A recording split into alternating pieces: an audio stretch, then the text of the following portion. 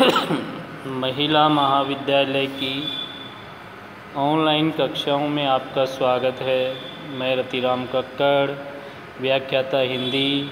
आज का विषय बीए सेकेंड ईयर का कोणार्क नाटक से लिया गया है। कोणार्क नाटक के द्वितीय खंड का अध्ययन करते समय हमने देखा कि महाराज नरसिंहदेव बंग विजय के पश्चात राजधानी लौट आए हैं एवं इस वक्त वे कोणार्क के प्रांगण में मौजूद हैं।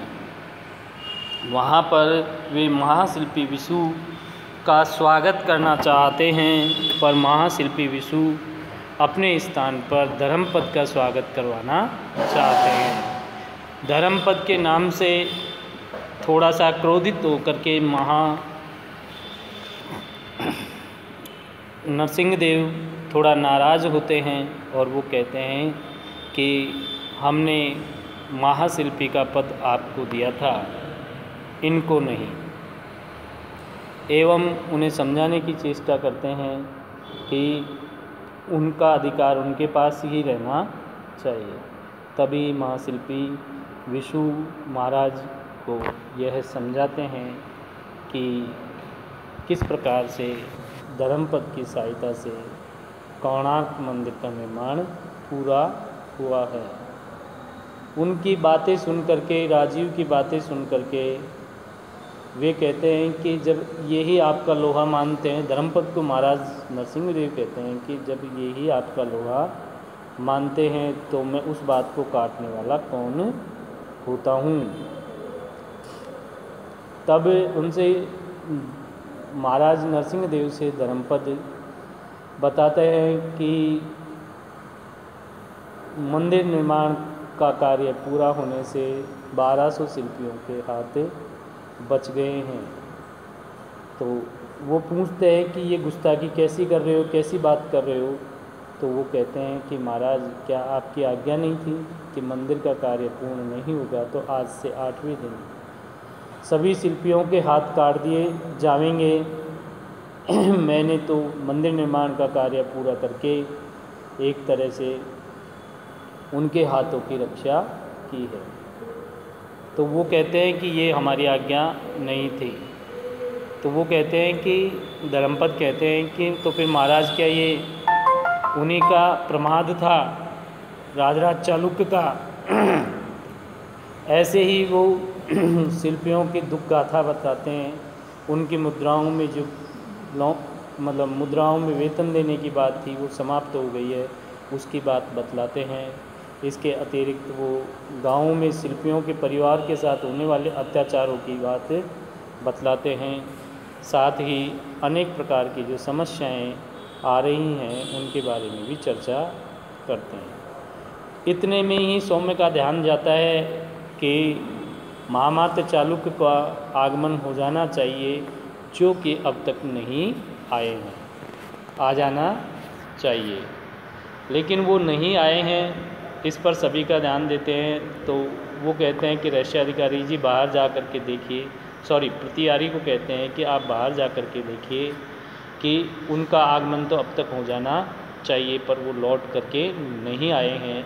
क्या कारण है, कौन सी ऐसी विपदा आ गई है जिसकी वजह से वो नहीं आ कर के पहुँचे हैं। तभी महाशिल्पी विशु के कक्ष में महेंद्र का आगमन होता है और वो कहता है कि कुछ लोग आते दिखाई दे रहे हैं, लेकिन वो चारों दिशाओं से आते दिखाई दे रहे हैं। कुछ संकट के बादल हैं, कुछ षड्यंत्र की बू आती है ना, और इसलिए महाराज मैंने मंदिर के सभी द्वारों को बंद करवा दिया है।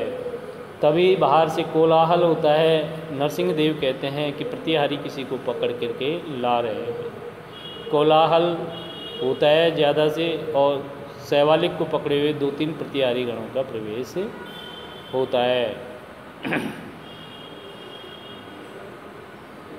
शैवालिक जोर लगाकर अपने को छुड़ाना चाहता है, उसके हाथ में एक पत्र मंजूषा है ना। तो शैवालिक कहता है कि मुझे छोड़ दो, मुझे छोड़ दो। तो नरसिंहदेव कहता है कौन है?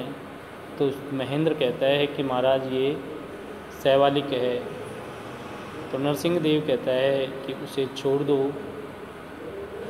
प्रतिहारी क्या बात है? तो एक प्रतिहारी कहता है प्रभु महाषड्यंत्र हुआ है, 3 दिशा से दंडपासिक मंदिर को घेर रहे हैं। तो नरसिंह देव कहते हैं घेर रहे हैं किसकी आज्ञा से? सहवालिक कहता है परम प्रतापी कलिंग नरेश श्री राजराज चालुक्य की आज्ञा से। सब लोग चौंक उठते हैं।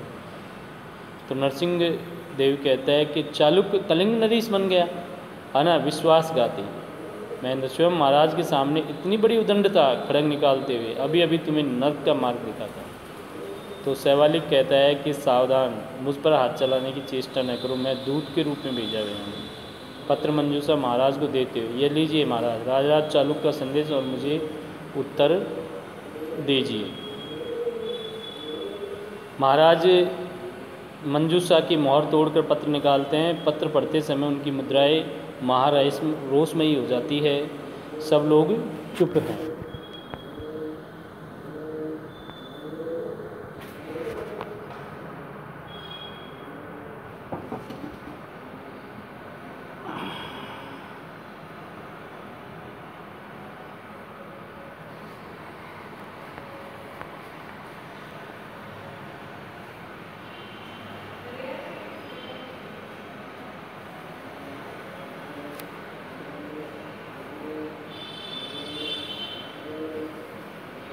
तो नरसिंह देव हाथों से पत्र मसलते हुए गए थे। तो रथ की दूरी इसलिए टूटी थी, इसलिए कि इतने समय में दंडपासिकों की सेना का और मांडलिकों को इकट्ठा कर लिया जाए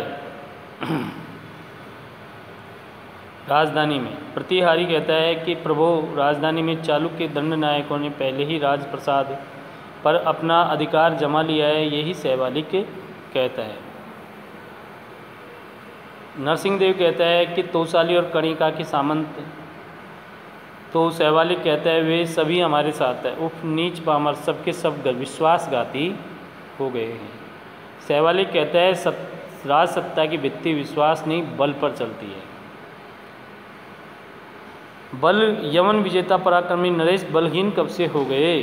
सहवालिक कहता है कि यवन विजेता की सेना कहाँ है? नरसिंह देव, सेना यदि हमें इस दुर्भिसंधि का यानी इस धोखा का हमें लेस मात्र भी आभास होता तो हमारी सेना हमारे साथ होती।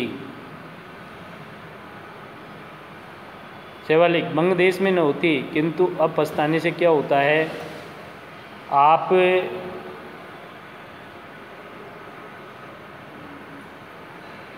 ने आपके सामने एक ही मार्ग है नरसिंह देव, आत्मसमर्पण, कभी नहीं। सहवालिक कहता है तब आत्महत्या, युद्ध में पराजित होकर बंदी होना आत्महत्या के तुल्य होगा।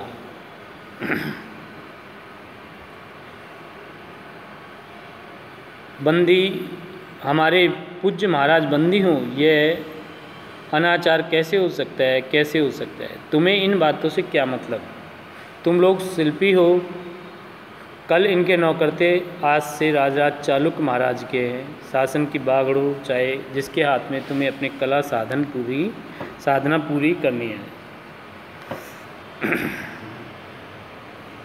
तभी धर्मपद बीच में बोल उठता है, जो अब तक मूर्तिवत देखता रहा, बहुत हुआ दूत, क्या हम लोग भेड़ बकरियाँ हैं? जो चाहे जिसके हवाले कर दिया जाए। आज ही हमारे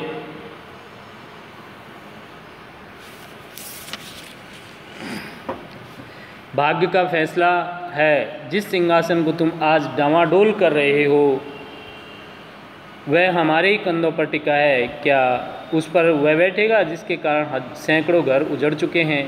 वह जिसके कोणार्क के सौंदर्य निर्माता शिल्पियों को ठोकरों से तुच्छ माना गया कलिंग हमारा है और उसके अधिपति हैं हमारे प्रजावत्सल नरेश श्री नरसिंह देव। नरसिंह देव कहते हैं कि शाबाश धर्मपद। सोमश्री कहता है धर्मपद, तुम्हारे शब्दों में शिल्पी की आत्मा बोलती है। सहवालिक, पागलपने का यह प्रलाप सुनने में नहीं आया हूँ, मुझे शीघ्र उत्तर मिलना चाहिए। तो धर्मपद कहता है महाराज की ओर उन्मुख होकर, देख देव, मुझे आज्ञा दे कि इस उदंड चुनौती का उचित उत्तर दे सकूं।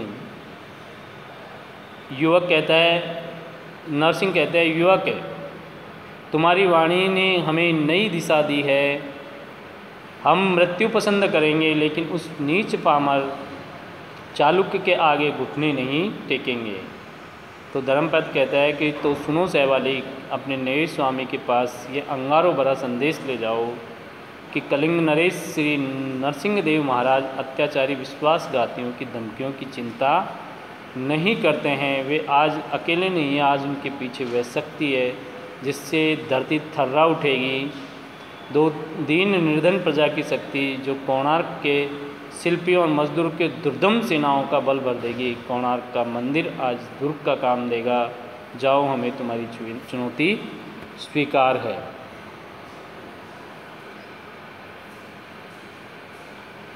सहवाली, तो फिर सावधान, रक्तदान के लिए प्रस्तुत रहिए, मैं जाता हूँ।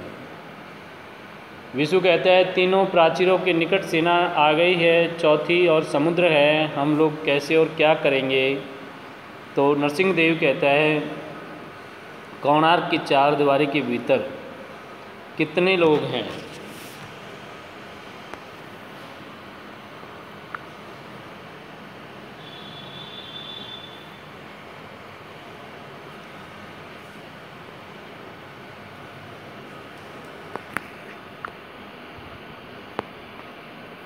कितने लोग हैं। तो राजीव कहता है लगभग 5,1200 शिल्पी हैं, बाकी अन्य जन मजदूर हैं। किंतु हथियारों की कोई कमी नहीं है। धर्मपद कहता है,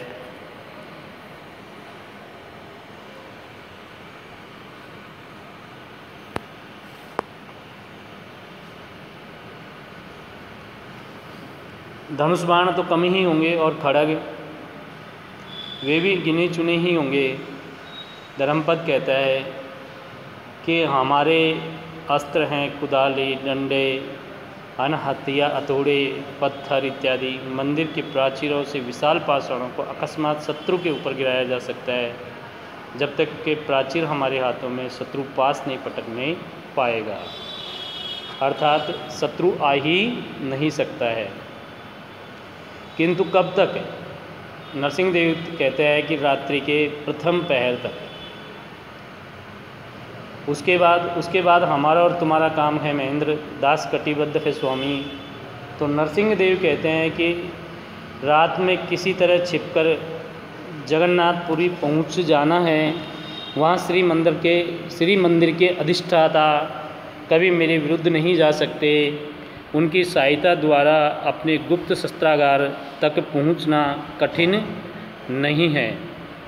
महेंद्र कहता है कि समझ गया महाराज, राजधानी की पौर सभा में मैं गुप्त सूचना दूंगा कि वे गंग वंश के सर्वदा समर्थक रहे हैं। रात में सब कुछ करना है। रात में युद्ध बंद होगा, सवेरे तक शत्रु को घेर लेना है। तो हमने देखा कि दंडपाशिक सेनाओं ने राजराज चालुक्य के निर्देशानुसार कोणार्क मंदिर को 3 तरफ से घेर लिया है और सहवालिक को दूत के रूप में भेजा है। वह चाहते हैं कि महाराज नरसिंह देव समर्पण करे, जो आत्महत्या के समान है, और वे ऐसा करने से मना करते हैं। धर्मपद सहवालिक को धमकाता है और कहता है कि तुम्हारी चुनौती हमें स्वीकार है, जाकर कह दो अपने नए स्वामी से कि युद्ध के लिए तत्पर रहे, विश्वासघातियों को कुचल के रख देना है। महाराज नरसिंह देव कहते हैं कि तुम्हारी वाणी में ऊर्जा है युवक, और हमें इससे शक्ति मिलती है। शाबाश। हमारे पास कितने हथियार हैं, कितने लोग हैं, कौन कौन से हथियार हैं, इन सब की चर्चा होती है। और बताया जाता है कि हमारे पास लगभग 5,000 लोग हैं, 1200 तो शिल्पी ही हैं और जन्मदूर इत्यादि है। हथियारों की कोई कमी नहीं है। धनुष बाण तो कम है और खड़ग भी गिने चुने ही होंगे, पर पत्थर है हमारे पास, कुदाली है, हथौड़े, डंडे, है ना, पत्थर इत्यादि है। अगर मंदिर के प्राचीर यानी कि ऊंची दीवारों से बड़े बड़े शिलाखंडों को गिराया जाए तो शत्रु को पराजित करने में आसानी होगी। जब तक प्राचीर हमारे हाथों में है शत्रु हमारे पास पटकने नहीं पाएगा। तब कहता है कि दिन तक आप रोक लो, नरसिंह देव कहते हैं कि दिन तक रोक लो आप, और रात्रि के प्रथम पहर के बाद सब हमारा ही कार्य है। और अपनी योजना बताते हैं कि जगन्नाथपुरी पहुंचना है और श्री मंदिर के अधिष्ठाता कभी विरुद्ध नहीं हो सकते, उनसे सहायता प्राप्त करनी है। और जब तक सवेरा होगा हम दोनों तरफ से अर्थात पीछे से है ना और आगे की तरफ से हम क्या है कि मंदिर को घेर लेंगे है ना, और शत्रु बीच में फंस जाएगा। आगे से वार होगा और पीछे से वार होगा तो शत्रु बच के निकल नहीं सकता है ना। और जो पौर सभा है, मैं महेंद्र कहता है कि उसे भी मैं सूचित कर दूंगा।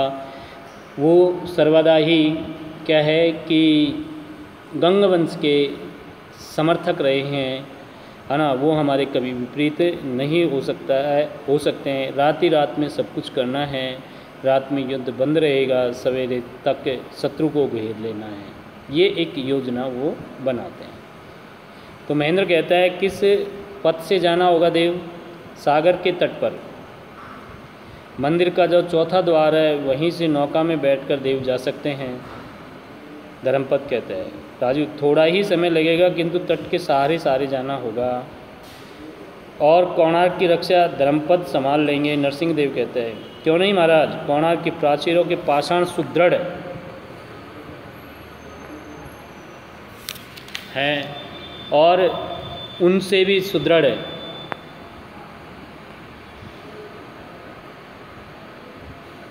हैं उन शिल्पियों की भुजाएं,